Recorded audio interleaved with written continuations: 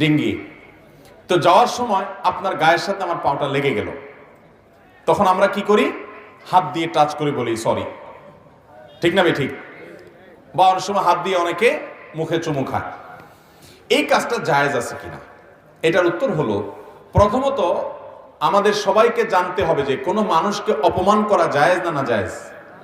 কোনো মানুষকে অসম্মান করা ইসলামে জায়েজ আছে না জায়েজ? নবী করিম সাল্লাল্লাহু আলাইহি ওয়াসাল্লাম বিদায় হজের ভাষণে বলেছেন, তোমাদের প্রত্যেকের ইজ্জত সম্মানকে হারাম করা হয়েছে, অর্থাৎ এটা নষ্ট করতে পারে না কেউ।